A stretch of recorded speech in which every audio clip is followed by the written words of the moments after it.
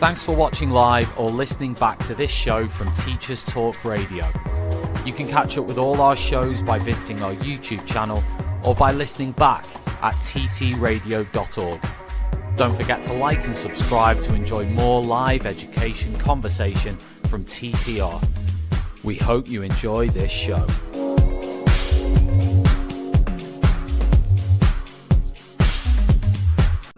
Outstanding and world-class vision and world-class this.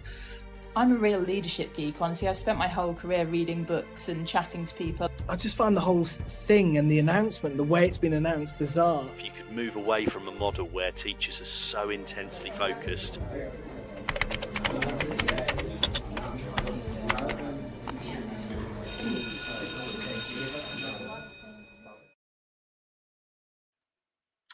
Good evening, everybody, and welcome to Teachers Talk Radio on this Monday evening, where I feel like so much has happened today in education world.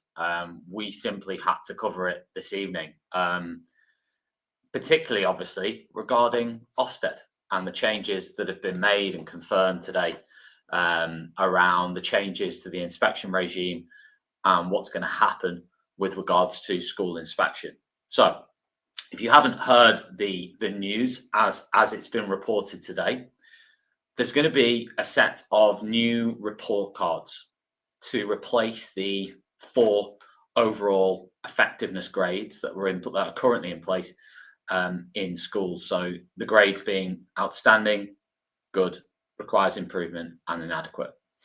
And we're moving to a new report card system. And that report card system is going to have 9 areas, possibly 11, if you include early years and sixth forms. And those areas are going to be judged by a traffic light rating system that ranges from causing concern all the way through to exemplary, which many commentators today have said is the new outstanding. Is exemplary, right? And the report card, well, we'll have a look at the report card in a moment, actually. In fact, we'll look at it now. Here is the new OFSTED report card, which is going to be flashing up on so many dashboards everywhere and probably featuring in lots of promotional materials. Here it is, okay? So, along the top, obviously, we've got our causing concern, attention needed, secure, strong, and exemplary. And those are color coded. And when a school gets causing concern in the red, inspectors from this point on can only recommend that a school gets an exemplary rating. And at the other end, if you get 1 red, which is the cause for concern, then you are placed into category. And schools will be deemed to be in special measures if they have a red rating in leadership and at least 1 other area, or if safeguarding is not met. If you get 1 amber, it's going to be fun talking about these color codes, isn't it, for the next 5 years. If you get 1 amber and it's a monitoring inspection within 18 months. So that would mean that all schools that are either causing concern or have any area graded attention needed, which is amber, will get a monitoring inspection within 18 months. Ofsted are going to publish the number of SEND students and absence data, and they plan to summarize information on schools in the local area alongside the report card. And that includes absence and attendance.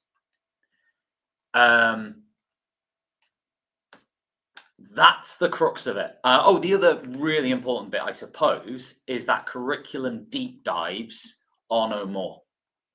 And there is going to be more of a focus on results, which, funnily enough, was the focus in the previous framework before this particular Ofsted framework came into effect.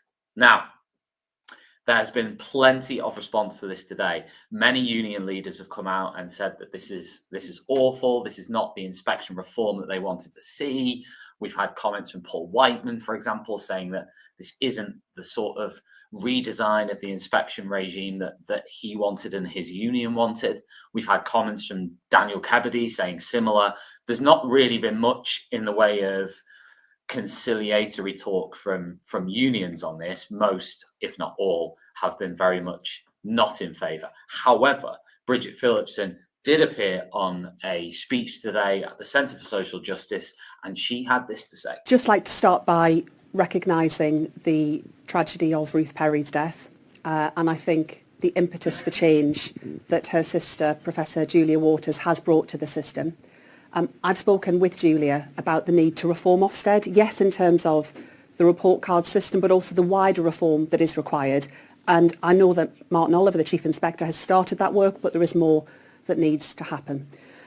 On the report cards in particular, I think parents are more than able to understand and to take on board greater information about what's happening within their children's school, both in terms of strengths and areas of weakness and where there is further work required on improvement. So I just fundamentally reject this idea that somehow providing more information, shining a light on areas where there is a need for improvement, but also where there is excellence, is somehow not something that parents want when all the evidence is clear that they do, but also it will provide an impetus and a drive to take forward more action within schools where we haven't seen the progress that we've needed in recent years.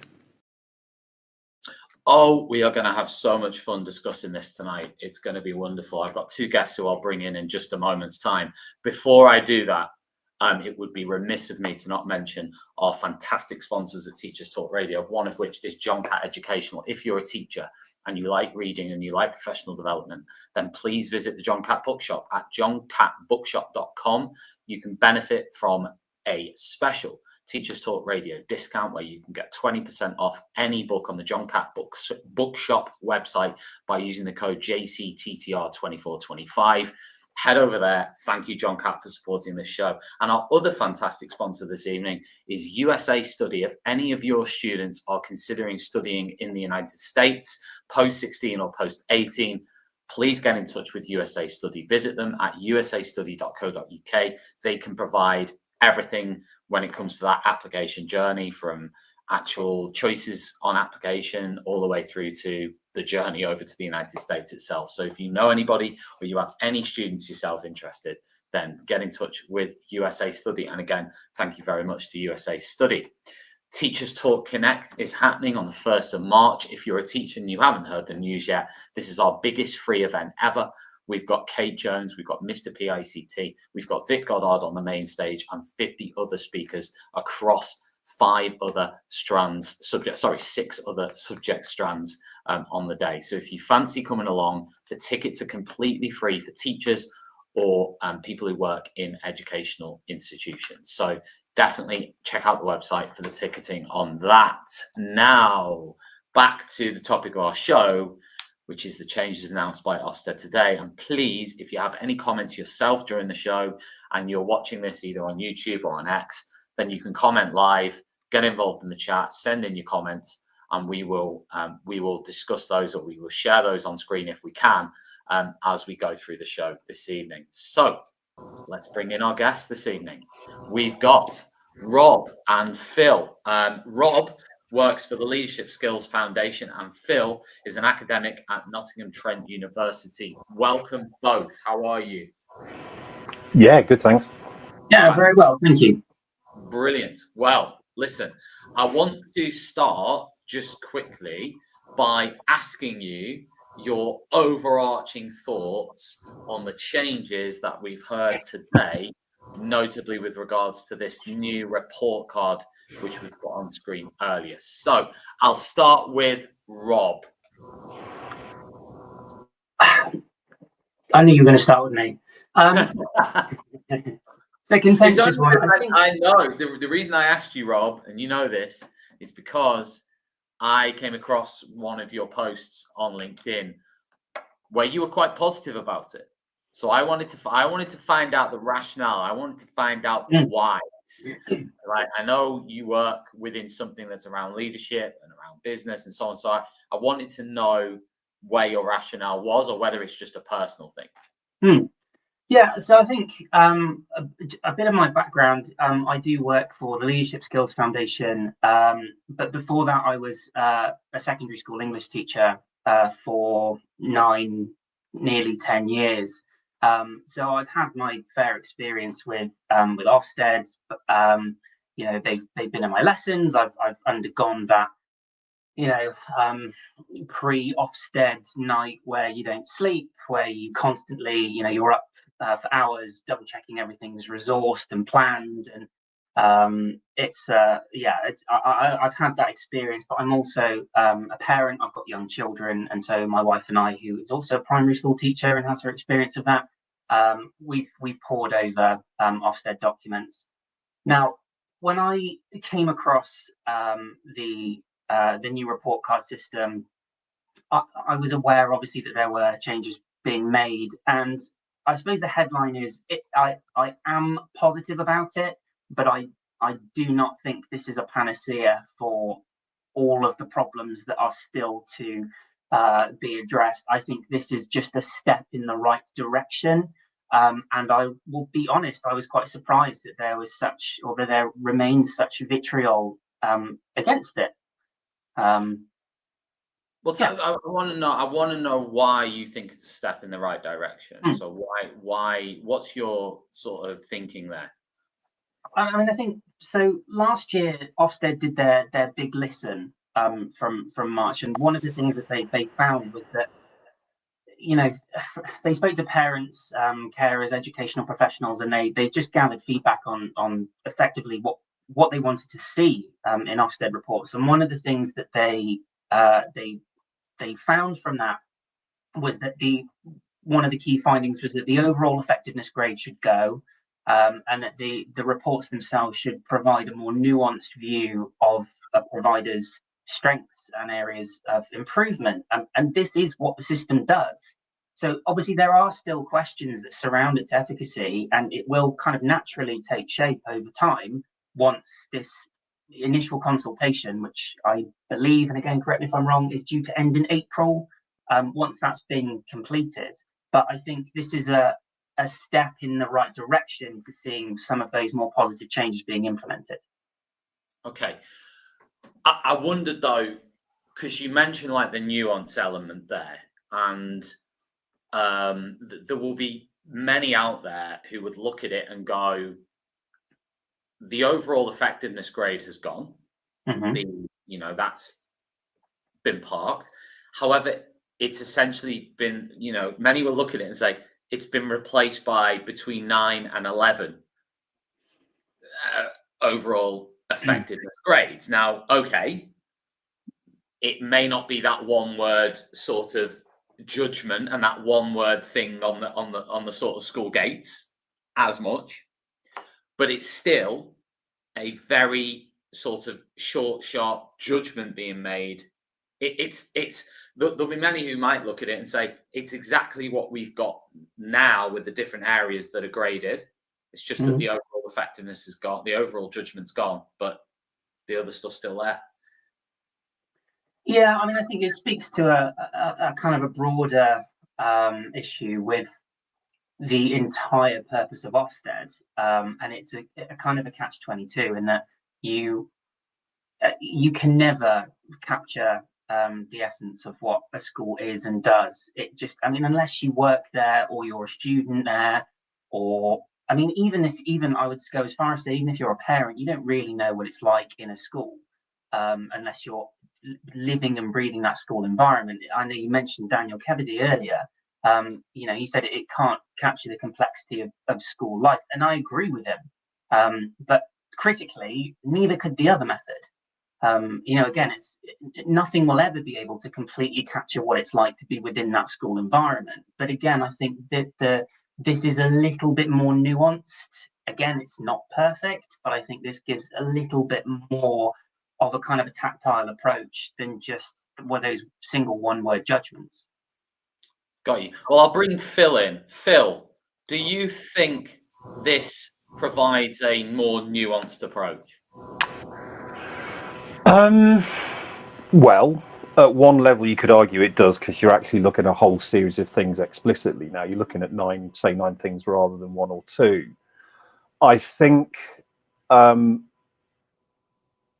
problem, as far as I see it, is from long-term experience. So I started teaching in the mid-90s. I was a head of department in a big comprehensive up until about 2005-6 when I went into HE. So I caught the front end of the self-evaluation form, and I can remember at the time this big sort of fanfare about it was trusting schools. It was about freedom. No, it wasn't. It was a micromanagement tool. It was a way basically of deciding how a school had to run itself from Whitehall, because by including certain elements on the self-evaluation form, schools had to then work in particular ways, had to collect particular types of data. And I think part of the problem over the sort of term of Ofsted is that it's created an extremely performative culture where schools are quite often forced, unless you have a very confident leader who really is confident about what they're doing, it can lead to people feeling that they have to basically follow the trail in terms of data. And my real concern with this, we won't know until the toolkits are created, and obviously it then depends whether or not the inspection toolkits are made public or not. But what I fear most is that schools will then start thinking, oh, well, we don't collect lots of data on that, or we don't really collect sufficient data on that. And what this will actually do is lead to even more performance management activity, and therefore it will lead to even more work for teachers who are already massively over the limit in terms of work. And consequently, even with the best intentions, I think this, if it's not handled carefully, could actually worsen the retention problem rather than actually help it. Do you think it could be worse than what we've currently got? Yes.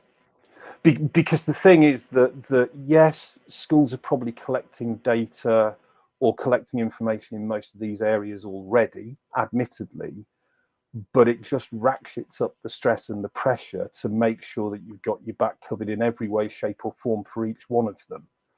And, you know, I can foresee people sort of saying, oh, we're not good, or we're not sure how good we are at, I don't know, developing teaching. Well, okay, actually what we need to do is more observations. We need more observations to get more data to prove that we're developing teaching really well. And once you start down that route, it then just gathers a momentum, and you can end up with potentially a system where there is even more performativity than we have at the moment. And I would argue that that is a natural reaction, particularly in a sector now where head teachers are really like football managers. You know, if you get 3 or 4 good ones, then that's fine. If you get a bad one, you're out. Then ultimately head teachers are then going to have potentially more pressure on them, feel as if they have to explicitly track more. That's then going to have an impact on everybody else in the school, because that's bound to cascade down into the organization. I can see where they're coming from, and I can see the idea of trying to give people more information. But if you have created over 30 years a culture of performativity and jumping through hoops, to then sort of say, oh yeah, but the culture is not like that anymore. Now we're going to be supportive, and it's all about being, you know, nice and touchy-feely. That's going to be a really difficult sell. You don't change a culture, particularly a sector-wide culture, that quickly. And you'd need to have a good 2 or 3 years where it is really clear that all the experiences of a positive, formative process, rather than the one that we've had for the last 30 years, which is summative. I wanted to ask, and Rob, feel free to jump back in on this as well if you want, is there's been a bit of controversy there because, for example, one of the areas on this list is attendance.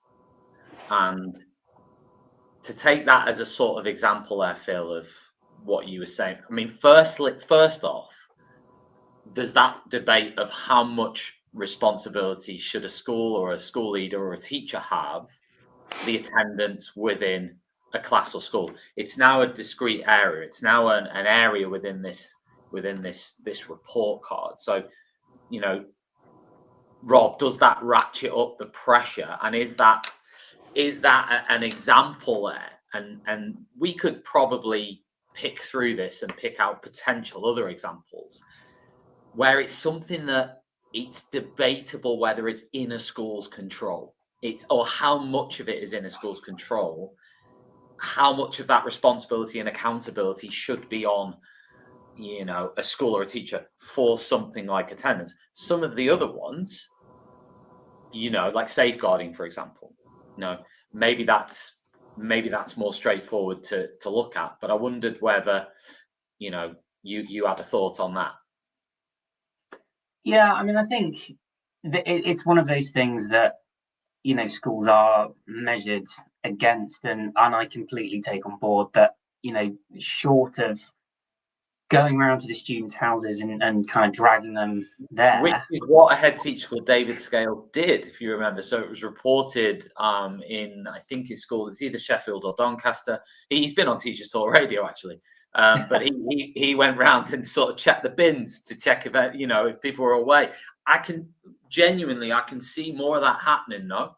That sort of thing, because there'll be high pressure, particularly in that area, I think, of attendance, because Bridget Phillipson has mentioned attendance, and, you know, Rachel de Souza and other people have mentioned it.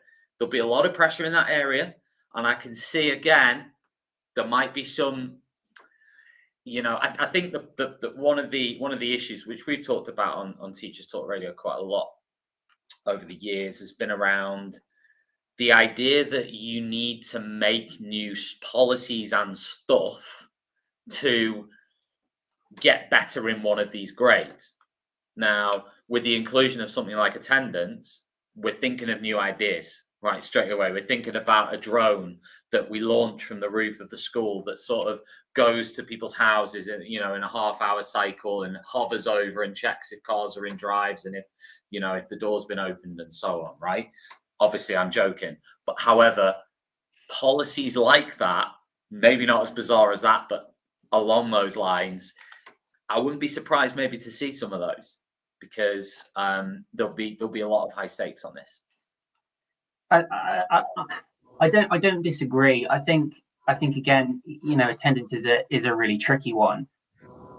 One of the things that I think this could potentially have some scope for, though, is if this is the metric by which we're going to assess schools, there might be scope for, you know, a kind of a year-on report by which Ofsted looks at the data for all of these different categories, and if there are outliers, for example, attendance, that suggests that that's a much wider issue that is perhaps beyond the control of schools. And I think, to be honest, we kind of perhaps already know that that's the case. But if the government has that data and it's staring them in the face and it's in black and white, and they can see in 60-70% of schools we've got a real issue with attendance, does that not put more pressure then back to the government, or, you know, Ofsted themselves, to perhaps consider this to be not a problem that is directly impacted by you know, the schools can't do anything about it? Rob, I think you're living in a wonderful world, mate, where people say it might not be the school's fault, it might not be the teacher's fault. We need to elect you. We really do. Phil, do you think Rob's right? Do you think there's a hope that perhaps with attendance being included there, it could become, as Rob said, like an outlier, and then if it's some sort of outlier, they might look at that and say, no, this isn't the fault of the school? They might do. I doubt it, but they might do. The other thing that might happen, I mean, it depends whether it come under attendance or behaviour and attitude, but what happens with things like temporary suspension? You know, how does that fit in? And I was staggered this week. I was talking to somebody who works down in the south of England, where they had a child appear at their school who had been at the school previously, and they had come back for academic respite. And it was basically that they'd been really badly behaved in the school that they normally go to. And rather than giving them a temporary exclusion, they'd sent them to this other school for academic respite. And ultimately, in reality, what that is actually about is making sure that your numbers stay okay. So one of the problems potentially that we're going to start seeing with this is that people find ways of making their data look better. I mean, people have always done that because we're in a yeah, I was going to say, wouldn't that always have happened? I'm interested to know with this though, Phil, where you see maybe a difference or more of that happening or whatever. I think I mean, obviously we don't know until it gets underway, and as I said before, a lot of it depends on what the toolkit says in terms of how things are reported, how things are actually perceived by inspectors once the system is up and running. But going on past experience, then I mean, it's the first time I've ever known Ofsted actually say, well, actually, you know what, context might be quite important.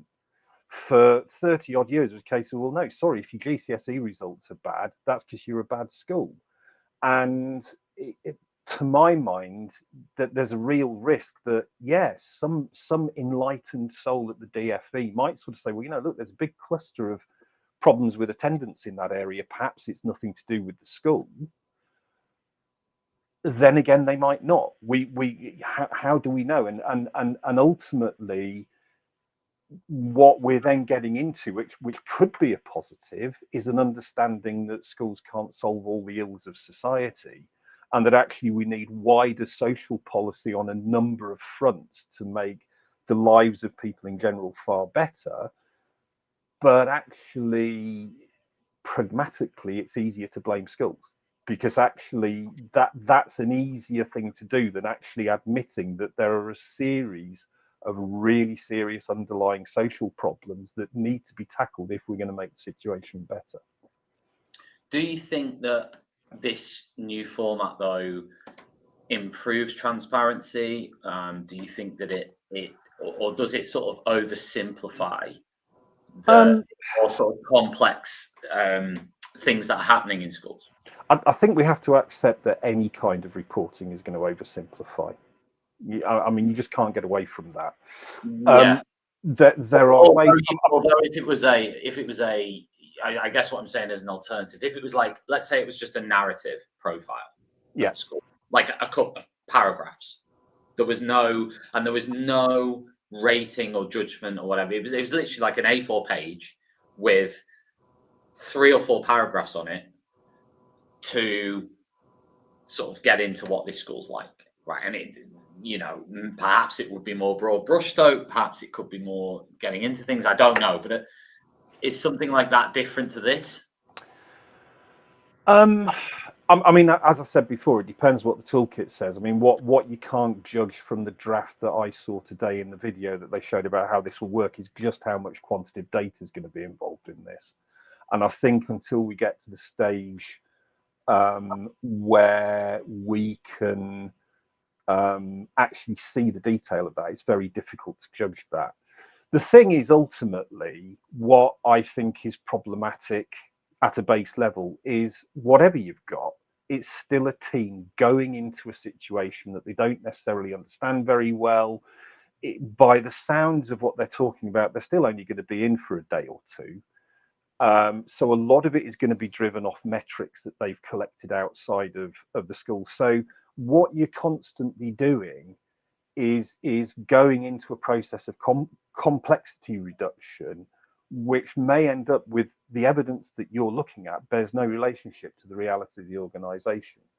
And if that's what you're doing, then actually why do it? Because if you've got an inaccurate view of something or an overly simplified view of something, what you're going to suggest to help that organization is frankly unhelpful. I mean, there may be broad brushstroke areas where the school can sort of say, yeah, we do need to work on that. But I would, if I'm brutally honest, I would prefer a system that is much more like Challenge Partners, where it's about a self-improving community, where schools are working collaboratively, where they're doing very much a diagnostic and formative process, rather than having an inspectorate, which is ultimately there to measure you. I suppose the criticism that people would make of that, I'm not personally necessarily one of them, but I've seen this out there, is things where it's like a peer assessment style operation, or challenge partners, or cluster of schools that it's one sort of mate goes and chats to another one of their mates in a neighbouring school or someone they know well, and then there's not genuine accountability because everyone knows everyone. It's all, now this has happened in the current framework. I know it was reported, I think it was maybe a couple of months ago, that somebody from, I don't know, near the top of an academy chain had been an inspector on the neighbouring schools or something 10 times. It was along those lines. But I'm saying if that would be the criticism of that, the whole system would become pally, and then certain things like safeguarding or other things would be missed. All I'd say is I finished being a chair of governors in the summer. I'd actually been on that governing body for 12 years for an absolutely brilliant school in the Midlands in really difficult circumstances. They were members, they are still, as far as I know, members of challenge partners. The data that we got back, the things that we could actually feed in to try and develop improvement within the school was far more useful and far more developmental from them than it was from Ofsted. And in the sense that it was developmental for the senior leaders as well, but it was also developmental for staff. And my experience certainly from that, and I totally accept there's probably great variability, and if you were moving over to that system, you'd need checks and balances in it. But actually, as a self-improving system, my experience is that it is way more useful for schools than Ofsted. Rob, I wanted to ask you around the colour coding, which I know Adam Boxer described as Nando's memory on X. And I've seen other people describe, talking similarly. Does that colour coding help to make it clearer, or could it be a stigma? I can already hear you're in the red. Mm-hmm. I can already hear you're in the red. You're in the red, aren't you? Yeah. Are you in amber? Yeah. Are you in dark green or light green? Oh, we're in light green, but we're hoping to move to dark green in the next couple of years. I can already hear it. I mean, it's one of those things that I don't know whether you're ever really going to get away from. I think it serves its function. I mean, at the end of the day, Ofsted reports, if we're considering them from the point of view of people who are not in education, it's something that is very visually clear as to what the kind of overall judgment is. So from that point of view, it works. I mean, I suppose it would be used. I don't know this, but I can imagine it would be used in the NHS or in the police and stuff. I'd imagine. I don't know that I'm literally plucking ideas out of the air. But there are similar systems in place used by the CQC, which is the sort of obviously the regulatory body that aligns more with healthcare. I think the issue is, and by the way, both jump in on this. One of the issues is that reliability of the judgments on education, because education is such a tricky thing to be able to evaluate and judge. I mean, the fact they're coming in for a very short period of time to do it, it comes back to, is it possible to judge a school on data? No. Is it? I mean, no. In my opinion, it isn't. It gives you an indication. I mean, I can remember I did a few lectures a few years back where I talked about some of this stuff, and I described it as working with the shadows. And I used the analogy of a Japanese shadow puppet theatre. That actually what data will do is give you those shadows, but actually the richness, the colour, the detail, you don't get because you need so much more. And therefore, yes, it might give you a general overview of how a school's doing. It might generally give you an idea of the direction it's going in, but you will lose so much. And that's that's one of the things that worries me, in addition to the fact that I still come back to this idea that to try and fill in the gaps, to try and fill in the information so that they're on the front foot, schools could end up just collecting far more data, and that in a job that is already unsustainable, in a sector where it appears that it's increasingly difficult to get head teachers because people don't want to have that level of stress. Introducing this could potentially make the situation far, far worse than it is at the moment. I mean, obviously, we've had the high profile case in the last couple of years of Ruth Perry, but even since then, I mean, just on a purely anecdotal level, you know, I've seen maybe 2 or 3 head teachers quit, or sort of, you know, I wouldn't necessarily use the word forced out without knowing the inner details, but you know, you see it quite a bit actually of head teachers just having to walk away, and without sort of again, purely anecdotal, but you look at some of them, you look at who they are. I mean, there's a few that I know personally, not very, very well, but I know them enough to be able to say that they are probably excellent professionals, who work extremely hard and are, you know, to say, you know, how good someone is at a job, I think that's maybe overstepping it a little bit, but in terms of how professional they are and how they go about things, I'm almost certain they're very, very good. They're leaving. So, you know, you look at this sort of situation and it's quite difficult because someone like Julia Waters, the sister of Ruth Perry, she was pushing for something much more radical. And there were many people, I mean, she actually came out, weirdly though, and I say weirdly, that's the wrong word, but she actually came out and said, you know, I think we need to sort of move forward with what we can and change what we can and move forward. Now, I haven't seen what she said about today yet. And actually, I've invited her on Teachers Talk Radio. She may come on at some point to have her own say on this. But ultimately, you know, is it enough based on what's happened? You know, is this a repackage, or is this sort of, you know, were most people looking for something a bit more radical and a bit more, you know, interesting, I suppose? It's more a discussion point than a.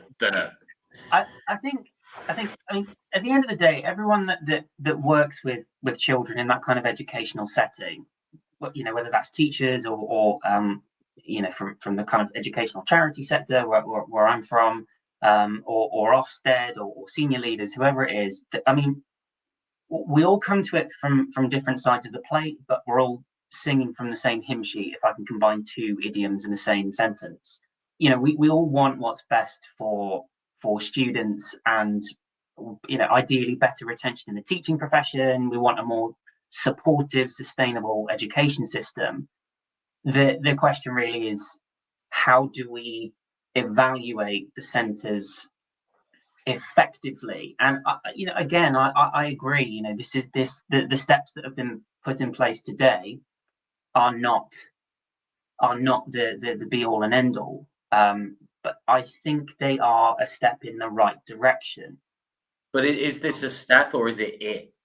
Well, you know I mean, that's the question, isn't I it? don't.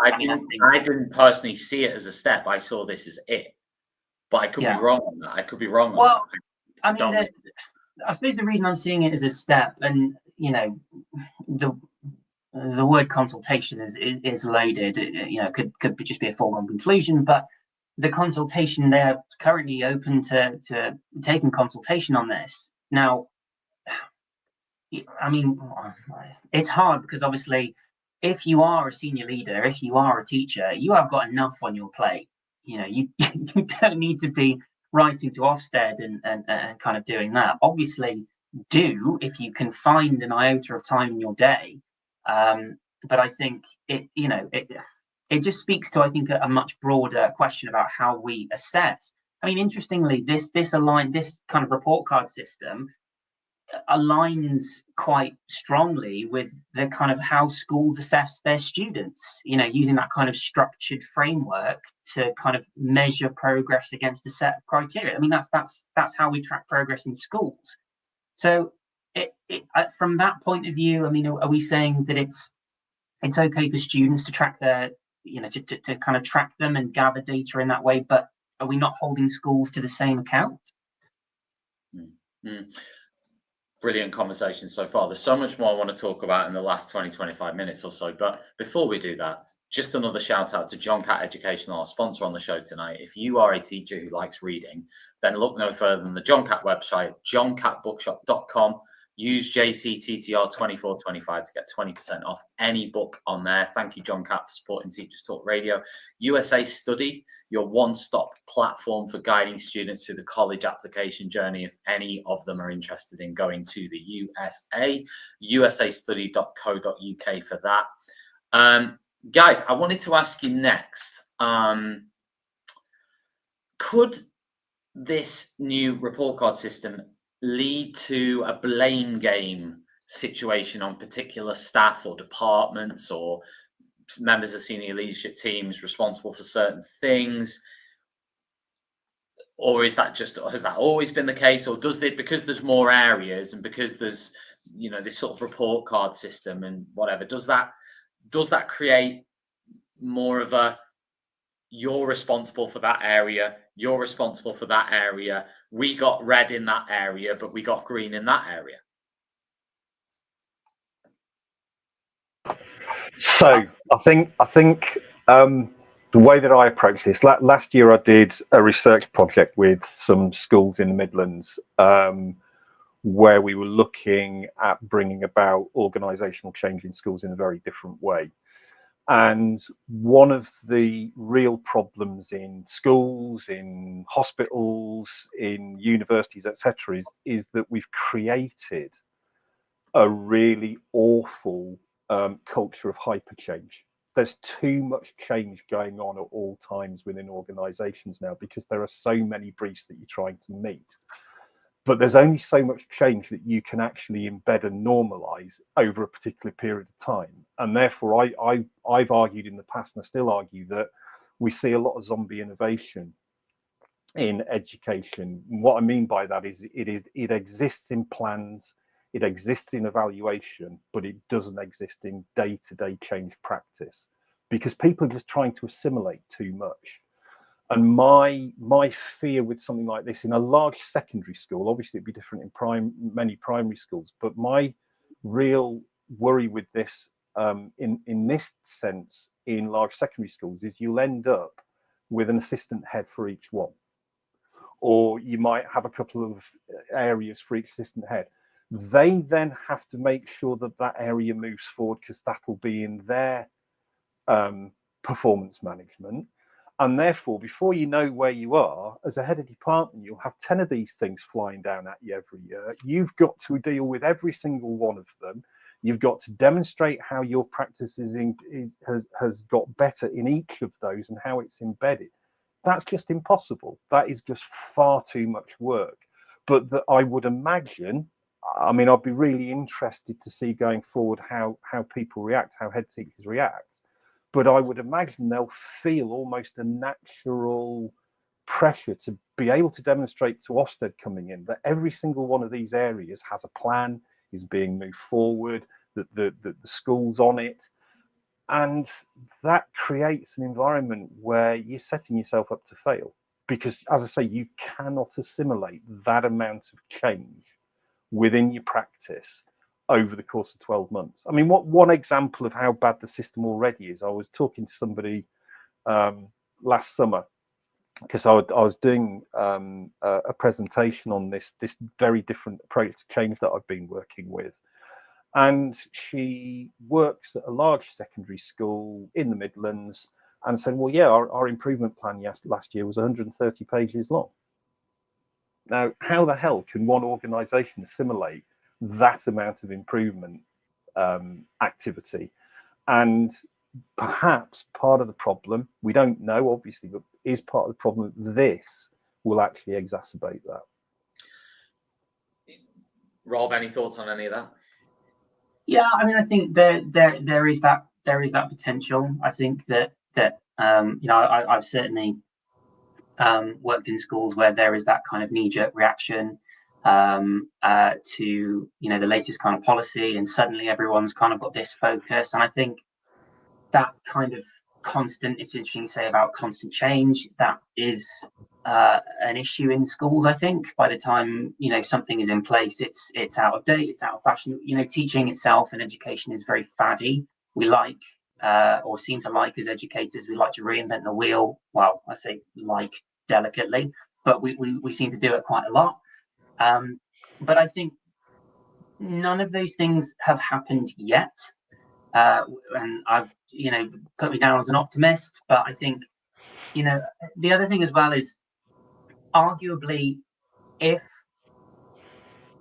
those schools need to make those changes, not necessarily in 130 odd pages, as Phil said, but if they need to make those changes, and if they are causing concern or there is attention needed in those areas, then surely that is I don't want to say it's a good thing, but that flags to the school that they need to address that as a matter of urgency. Again, I appreciate that safeguarding on the new report is a different. It has its own little subcategory, but again, just to use the example that Ofsted put out today, achievement. If their achievement is needing attention and is in that amber bracket, then that is something that needs to be addressed one way or the other. And I think by the risk you fall into is just to say, well, it's going to cause loads of work, it's going to cause loads of stress, teachers are leaving, and they are, and I get it because I was one of them, so I'm completely I'm on the side of that. However, I think if that does need to be addressed, then it needs to be addressed for the good of the students. Phil, any thoughts on that? Because I mean, well, two things really. Yes, it does, but I come back to my original point. You might have 4 or 5 areas where you need to improve, but you have to be honest, and in some cases, it might take 3, 4, 5 years to do that. Absolutely. And again, it depends whether there's a major culture shift at Ofsted, because in the past, I mean, I go back to the mid 2000s when people like Jane Perryman were doing research on the impact of poor Ofsted grains in schools. It's a case of, we're back in 6 months, and it better be better in 6 months. And everybody's running around like the Keystone Cops for 6 months, trying desperately to mitigate the worst of what's happened. That is not a useful, successful, formative system. So yes, I agree. This could be good in those ways, but you'd need a seismic cultural shift within Ofsted to make that happen. I agree. And I mean, the way that potentially you could do it is say, right, perhaps get rid of the name, but actually go back to the old style HMIs, because the old style HMIs did come into the school and did give formative support to help you in that direction.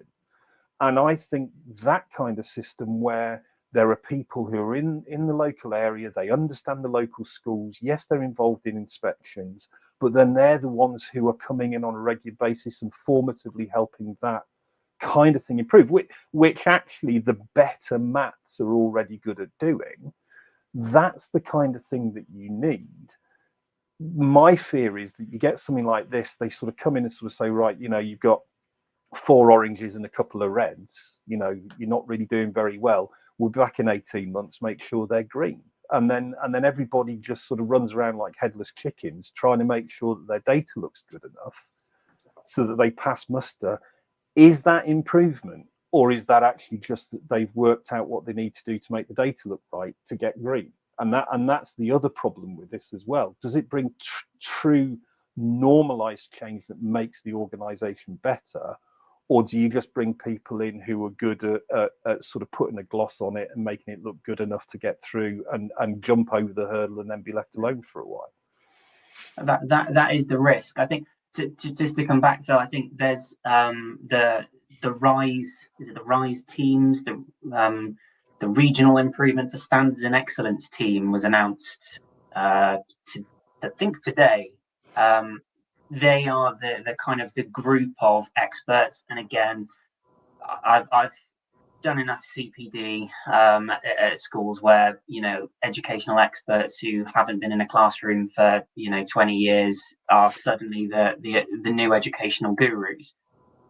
However, I mean, what do you think about the kind of the implementation of this? I don't know whether is it the Rise team or the Rise Collective. This group of high performing school leaders, academy heads, who are going to actively work with schools in order to try and drive up that attainment.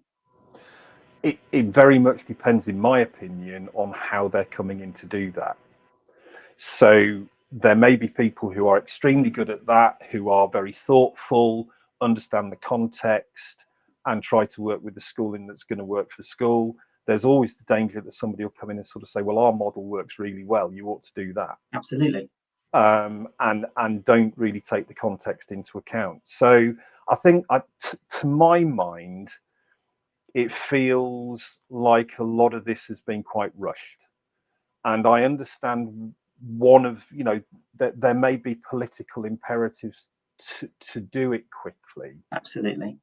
But given that this is going to roll forward for at least the next 5 years, what I would have preferred to have seen is a much wider consultation and a longer period of time really thinking through the ramifications of this and really thinking through what is it we want for our system. Because it feels to me that if we're not careful, this just becomes deck chair shuffling. It's basically leaving the system as it was, but putting a bit of gloss on it, looking at a few extra areas, but the underlying process, the underlying culture doesn't shift. And I would argue that if we have an eye on recruitment and retention, if we have an eye actually on things like student mental health, which is obviously extremely poor at the moment, is this part of a puzzle that does need radical change and not being seen in its own right? I think one of the other problems in government generally, and it's not a poke at this government, I think governments generally have been very bad at this for a long time, is that they're all so incredibly siloed. And I would guess even with something like this, a little bit of the DFE has looked at it, other bits of the DFE are working on the curriculum review, other bits of the DFE are working on recruitment and retention, and nobody's saying, oh, hang on a second, these all link together, don't they? Actually, we ought to be looking at this in the round and thinking about system change and how these fit in. And as a consequence, we just get sort of constant piecemeal change where the whole thing is just constantly misfiring. So, you know, I hope you're right. I hope this is put forward, and that what Ofsted then do is offer a genuinely positive, formative set of processes to support schools, that regional experts can come in and help schools with the kind of needs that they have. Unfortunately, my experience of the last 20 or 30 years in education is that just is not the culture. And therefore, I'm just very, very wary that this will continue to be very, very performative. Yeah, I was going to ask you about the whole parents thing, because obviously Bridget Phillipson said today that, you know, she said something like, you know, to say parents don't want this more detailed report card thing so they can look at each area and so on. I mean, would be wrong, because she's saying they do based on research. And, you know, I suppose the question is, will this give them a clearer understanding of school performance, or will it just cause alarm in particular areas? You know, I don't know. I think it very much depends on the parent. I mean, I've always found this sort of element about, you know, school choice a bit of a red herring anyway.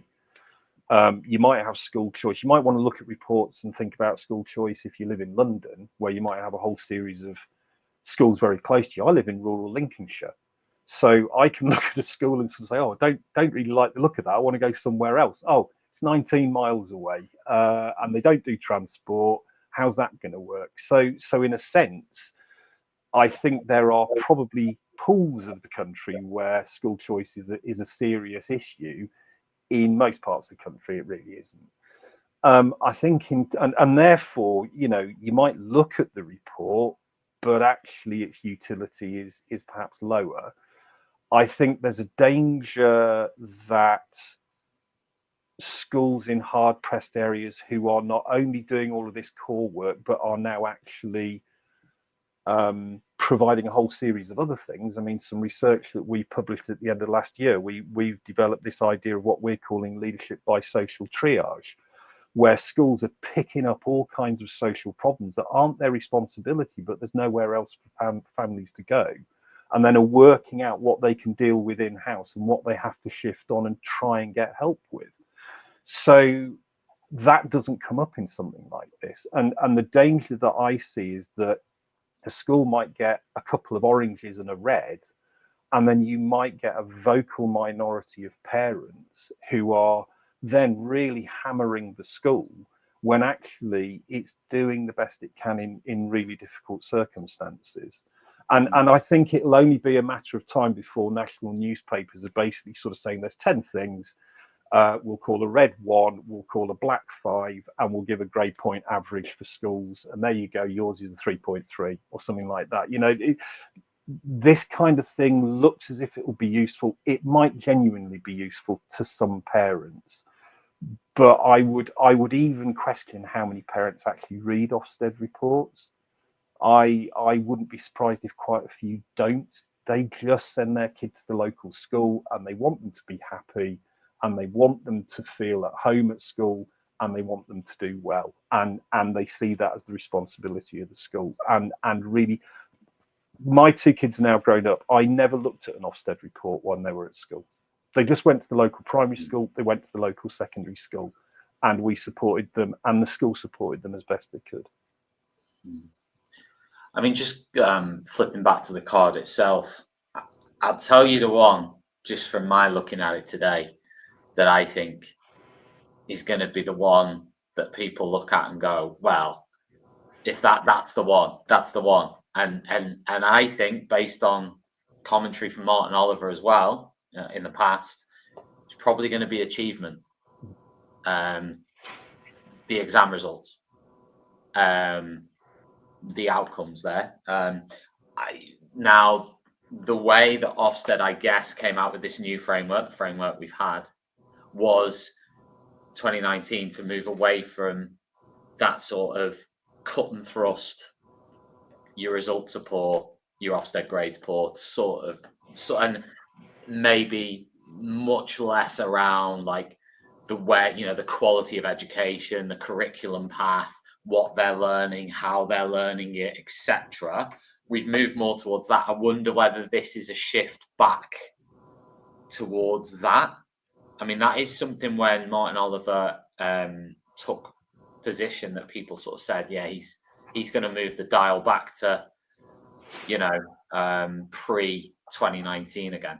Don't know whether that achievement's going to become, you know, the one that people will look at, and then I don't know, make judgments based on that. Because if you get, if I can just see sort of scenarios where achievement is exemplary or strong, maybe other factors are secure, and that becomes the one that people almost look at. If you see what that's like, the headline. I think do you see what I mean? Like, that's the one where people say our achievement is exemplary, and the rest sort of, it's not that it doesn't matter, but I could see maybe people nitpicking the one that they want to, and I could see that one having that hyper value because of the way things are now set up towards exam results.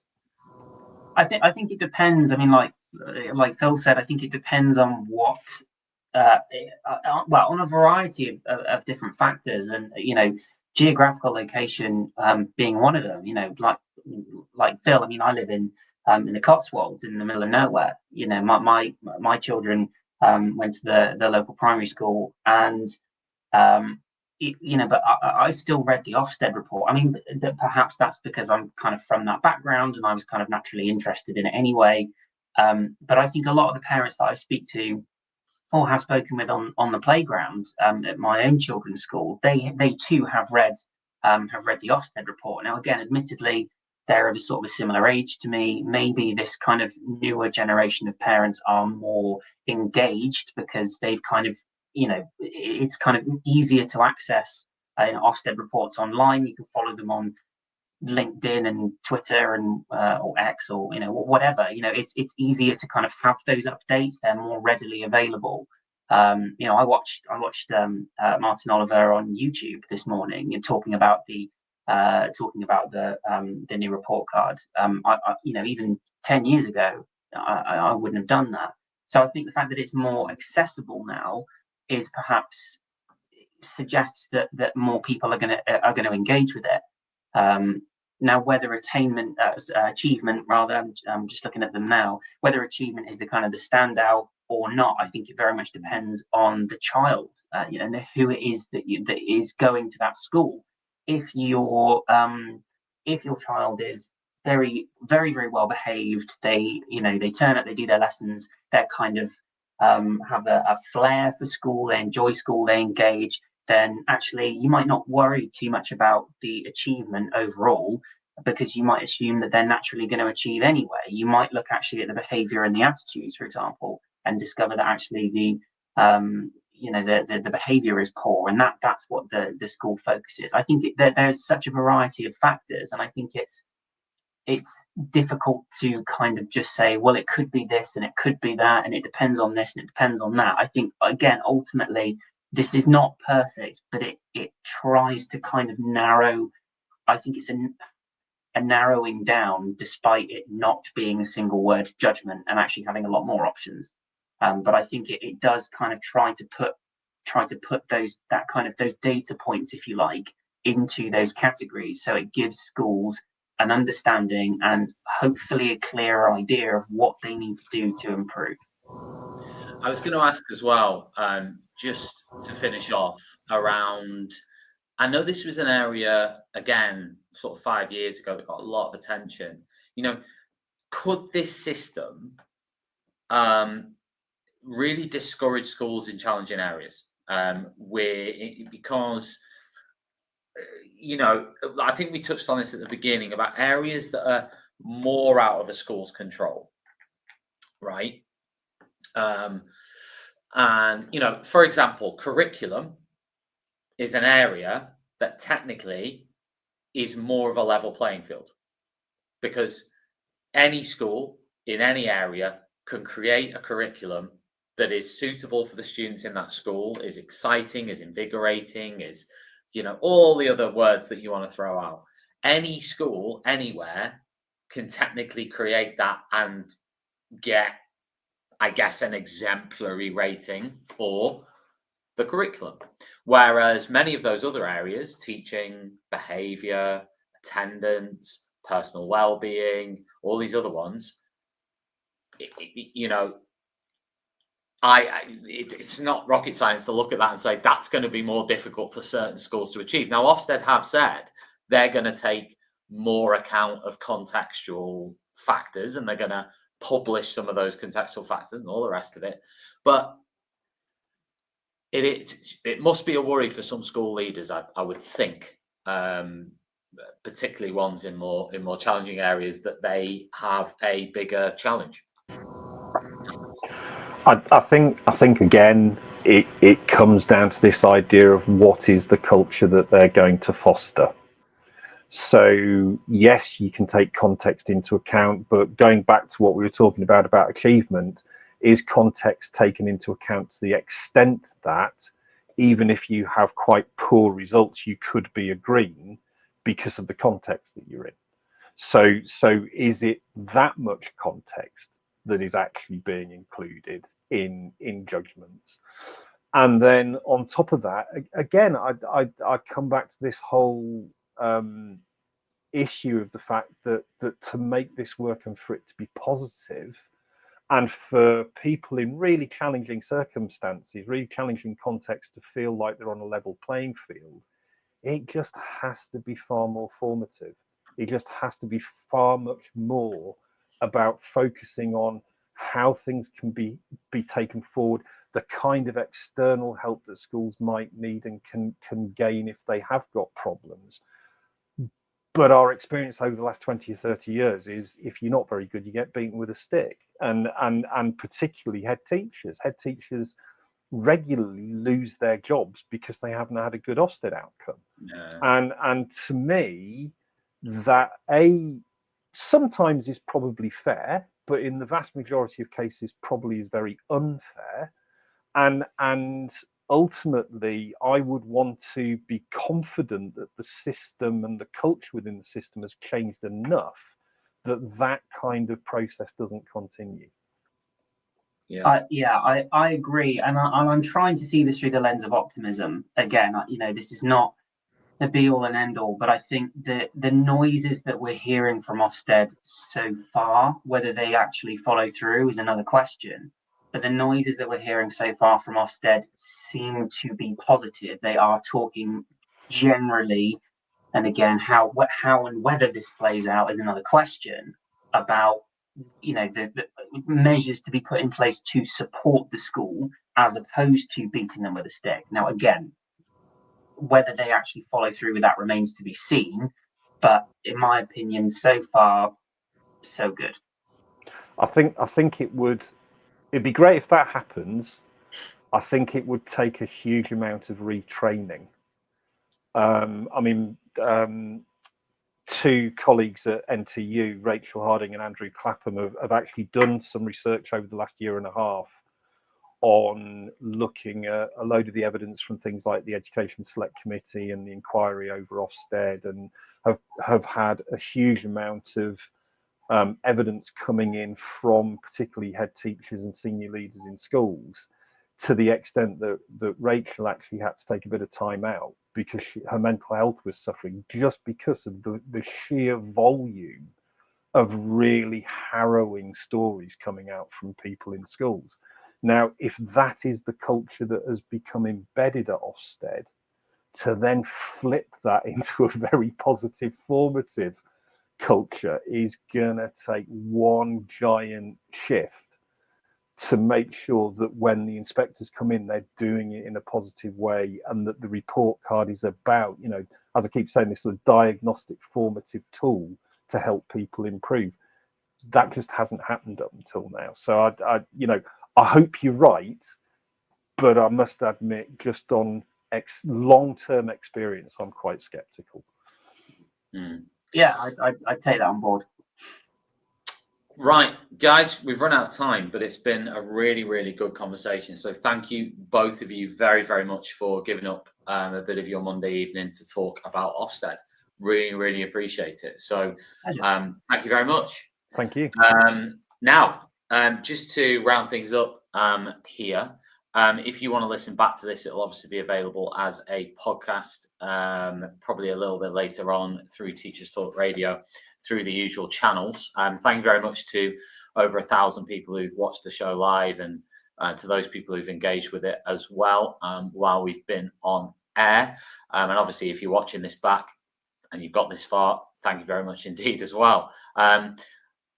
Listen, it's going to be really, really interesting to see how this all plays out. And certainly, I'm sure there'll be much more Teachers Talk Radio content around how this is all gonna look in the next few years. So thank you very much.